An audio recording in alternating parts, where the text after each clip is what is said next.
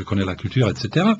Mais j'étais un peu fâché parce qu'il y a, enfin, fâché, je dois mesurer mes mots, parce qu'il y a beaucoup d'Allemands que je connais là-bas qui sont très amers et qui se fâchent souvent avec les nationalistes polonais. Pourquoi? Vous comprenez pourquoi? Parce qu'il y avait pas mal d'Allemands qui furent expulsés. Il y a un contentieux. Et là, si on s'attarde, si on s'embourbe en quelque sorte dans ces détails-là, on va jamais sortir de notre guépier, quoi. Georges. Là, il faut dépasser.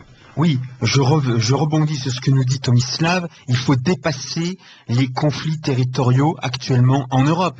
Tomislav nous parle du contentieux territorial entre l'Allemagne et la Pologne au sujet de l'ancienne Allemagne orientale, c'est-à-dire la Poméranie et la Silésie, mais aussi d'autres exemples en Europe orientale et centrale. Par exemple, le contentieux entre les Hongrois et les Slovaques, le contentieux sur la Transylvanie entre les Hongrois et les Roumains, le contentieux entre les Roumains et les Bulgares au sujet de la Dobroudja et des gorges dites de fer. Donc voilà, il faut dépasser tous ces contentieux nationalistes étriqués et sclérosés. Est-ce que tu retrouves, justement pour rebondir sur les propos de Georges, pardon, est-ce que tu retrouves une certaine similitude entre, par exemple, la naissance de l'État croate, la naissance de l'État roumain actuel? Est-ce que tu retrouves ces nationalismes par défaut, finalement, ces États par défaut? Par défaut, et justement, est-ce que ça amène aux mêmes réactions irrédentistes, de revendications territoriales et linguistiques? Est-ce que c'est toujours le même processus? Oui, comme Georges l'a très bien dit, il a très bien saisi le problème. Moi, à quoi bon maintenant, écoutez, je vais être un peu critique même vis-à-vis moi-même, vis-à-vis vous et vis-à-vis nos collègues. On rêve des grands espaces euro-asiennes, on parle d'un pan-europisme européen, etc. Mais merde, je me pose la question, mais où sont ces jeunes Allemands? Pourquoi ils ne se déplacent pas vers le Tyrol ou vers Venise? Pourquoi ils ne voient pas leurs camarades là-bas? Et pourquoi les Polonais ne se mettent pas à table avec leurs collègues allemands? Pourquoi ils ne discutent ouvertement de ces questions? Pourquoi les Serbes, les nationalistes serbes, les nationalistes croates, ils ne se mettent à table et commencent finalement à parler ouvertement de leur victimologie? Parce que nous avons l'ennemi maintenant différent. Les données sont tout à fait différentes aujourd'hui. On n'est pas le XXe siècle. Et je pense que pas mal de nos compatriotes, même de nos camarades, se gourrent, se trompent énormément. On n'a pas le temps. Sinon, on sera submergé. On voit quand même qu'il y a des timides pas dans une évolution positive, notamment dans les rangs des nationalistes autonomes et radicaux en Europe centrale et orientale, notamment entre nationalistes autonomes allemands et polonais, qui se parlent, qui agissent ensemble, donc qui essaient un petit peu de rompre avec justement ces contentieux historiques hérités, donc des turbulences du XXe siècle, par rapport à des mouvements nationalistes plus traditionnels que l'on peut trouver en On peut te rassurer quelque peu, Tomislav, il y a certains groupes moins liés, on va dire, aux stratégies politiques électorales, des groupes qu'on appelle plus autonomes, qui, je sais que de jeunes nationalistes allemands se sont effectivement, comme disait Pascal, entretenus et ont fait des manifestations communes avec les Polonais. On sait aussi que des Ukrainiens ont fait des manifestations communes avec des Russes, donc il y a une forme de transversalité. On sait aussi que des Allemands et des Russes ont manifesté ensemble, des jeunes. Donc il y a quand même des choses qui commencent à émerger. J'espère, mais un embryon de clairvoyance, de maturité peut-être. Ce qui est paradoxal, parce que ce sont les plus jeunes militants qui entreprennent ces démarches-là. Tout n'est pas perdu. Il y a quand même des... Mais par contre, comme tu le dis, le temps que ça mettra à émerger, c'est toujours du temps de gagner pour notre ennemi principal, le système. Ouais, le système qui lui joue de ça. Dans le même ordre d'idée, Tomislav, tu évoques dans ton ouvrage les victimologies respectives de chacun des peuples qui sont agités régulièrement, l'une contre l'autre, dans une sorte d'effet de miroir, et tu montres bien que dans le cas de l'ex-Yougoslavie, ces victimologies serbes et croates ont joué un rôle extrêmement important dans l'éclatement des hostilités et surtout l'effet atroce des combats qui ont eu lieu dans cette zone du monde. Peux-tu nous en parler davantage? Oui, tout à fait. Je dois dire, c'est une question vachement délicate, c'est un problème, je m'occupe régulièrement, j'ai écrit beaucoup là-dessus parce que ça implique, ça nous fait penser au communautarisme, mais ce que ça veut dire le communautarisme aux États-Unis par rapport au communautarisme ici comment dirais-je, en France. Donc je ne veux pas être trop académique, mais mon point principal, c'est que toute victimologie, au lieu de réconcilier le peuple, mène à la guerre civile. Ça sonne un peu paradoxal ce que je viens de dire, mais commençons par le début. Nous avons aujourd'hui la victimologie est presque devenue une religion civique partout dans le monde. Vous savez ce que je veux dire par ça. On doit ressusciter ses morts pour donner la surenchère à sa vie, etc. Donc, mais il y a un enchaînement. Si un peuple tel et tel, s'il veut avoir sa victimologie comme première, il y a fatalement qu'il y a un autre peuple, une concurrence qui veut mettre la sienne. Vous avez les Arméniens, demain ce sera les Cambodgiens, après-demain ce sera les Laotiens. Si vous commencez avec la victimologie serbe, il y a fatalement qu'il y a les Albanais qui vont commencer avec leur victimologie. Vous avez la même chose, je le connais parce que moi je suis finalement le conseiller de la troisième partie aux États-Unis, que maintenant, vous savez où il y a des clivages énormes, pas entre les Blancs et les Noirs, mais entre les Noirs et les Mexicains. Oui. Il y a un clivage énorme, il y a vraiment des ruptures, il y a même des batailles, des accrochages chaque jour dans le sud de Californie. Donc là, et même surtout avec les Japonais qui sont beaucoup plus à part, les Orientaux, etc. Donc ce que je veux dire, c'est que la victimologie, quoi qu'elle nous donne l'impression qu'il faut faire les commémorations pour les peuples qui ont beaucoup souffert, etc. Mais ça nous mène nulle part, malheureusement. Je ne trouve pas la réponse à cela. Il faut faire un arrêt, ou bien il faut savoir où est la victimologie, où est la mythologie et où est la hagiographie. Voilà, donc par un travail serein des historiens, en fait. Et on peut le faire uniquement avec les gens qui n'ont absolument aucun parti pris, qui sont absolument objectifs.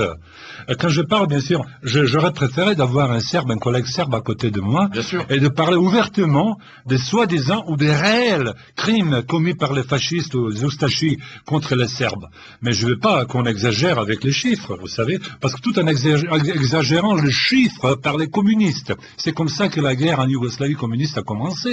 Parce qu'on n'a jamais maîtrisé notre histoire, ni serbe ni croate. On vivait dans un monde tout à fait surréel. On n'a jamais parlé des crimes commis par les communistes. On n'a parlé que des crimes commis par les fascistes. Ouais, par contre, Tomislav, en 1991, les paysans serbes de Krajina ont cru réellement que le gouvernement Oustachie était de retour, ils allaient être massacrés par le gouvernement.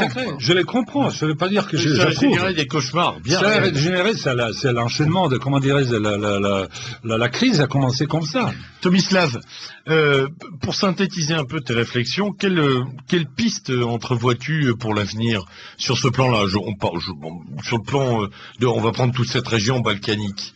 Comment réassocier ces peuples à part ce grand travail de mise au plan de l'histoire, sur quelle base peut-on travailler?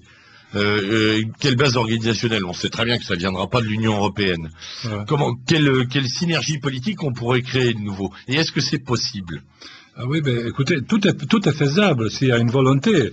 Je pense, notamment, j'espère que les Serbes et les Croates vont trouver un langage commun, mais je dois malheureusement faire un constat que, malgré la guerre, on ne s'est pas mis à la table, on n'a pas parlé des choses du fond, quoi. C'est ça ce qui nous intéresse.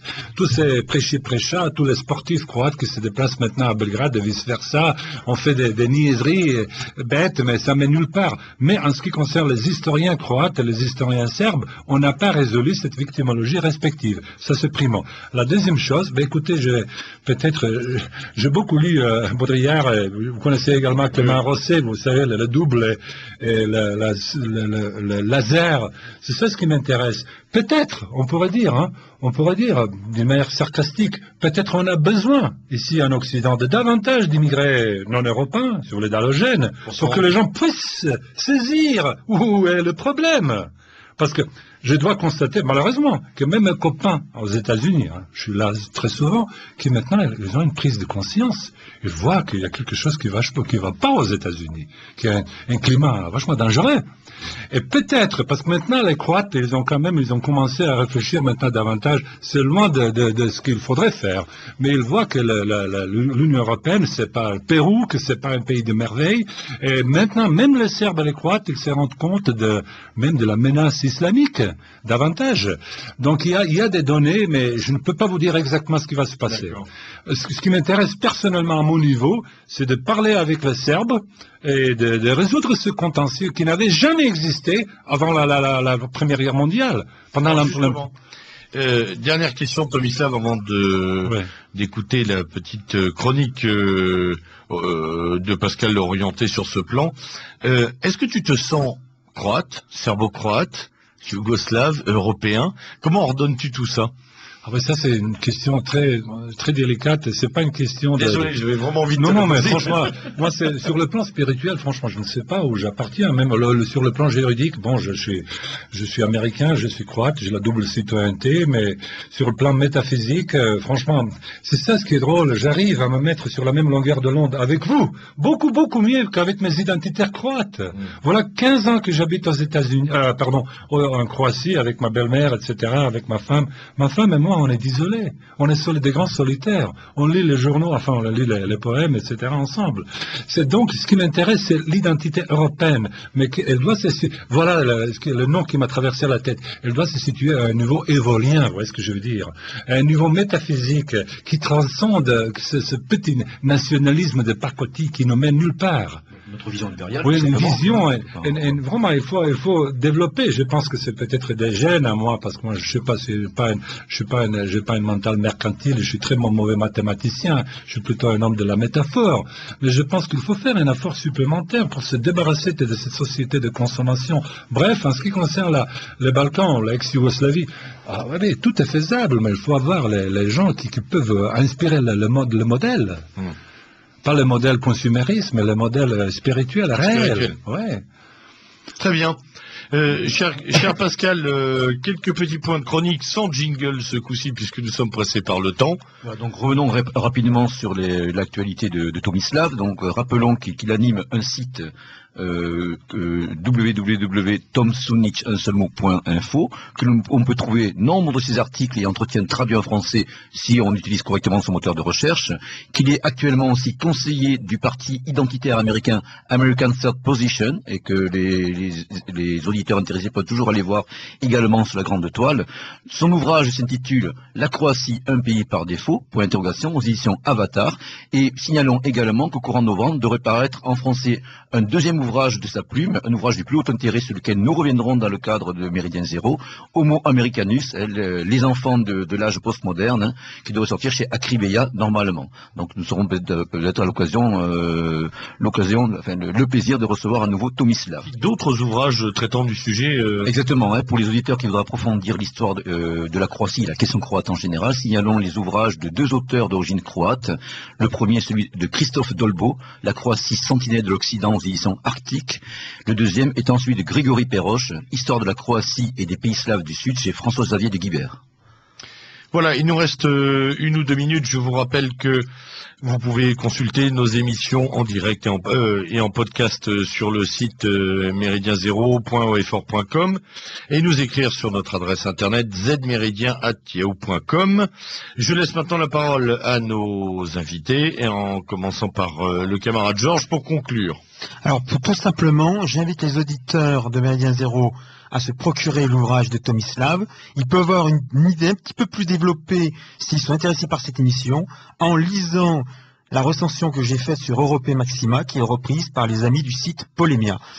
La recension sur Polémia s'intitule « La Yougoslavie, un Occident planétaire ». Je l'ai intitulée sur le site Europé Maxima « De la Croatie par défaut à l'Occident par excès ». Voilà. L'Occident, une Yougoslavie planétaire. Voilà, c'est Polémia. Très bien. Cher Tomislav, une adresse à l'intention de nos auditeurs et de tous les camarades qui nous écoutent. Je dois encourager nos camarades de continuer leur lutte, leur travail, surtout en lisant beaucoup et en militant. Ils doivent être rassurés que le système actuel libéral est extrêmement fragile. Donc il ne faut pas s'imaginer que c'est un système éternel. J'ai vu ça de mes yeux en regardant le système communiste qu'on croyait éternel. Pourtant, c'est le système qui a collapsé, qui s'est effondré dans une semaine. Donc, courage, chers amis, courage, chers collègues, mais il faut faire du travail sérieux, il faut jouer le jeu. Et merci encore une fois de votre attention et merci de votre bel accueil. Merci à toi.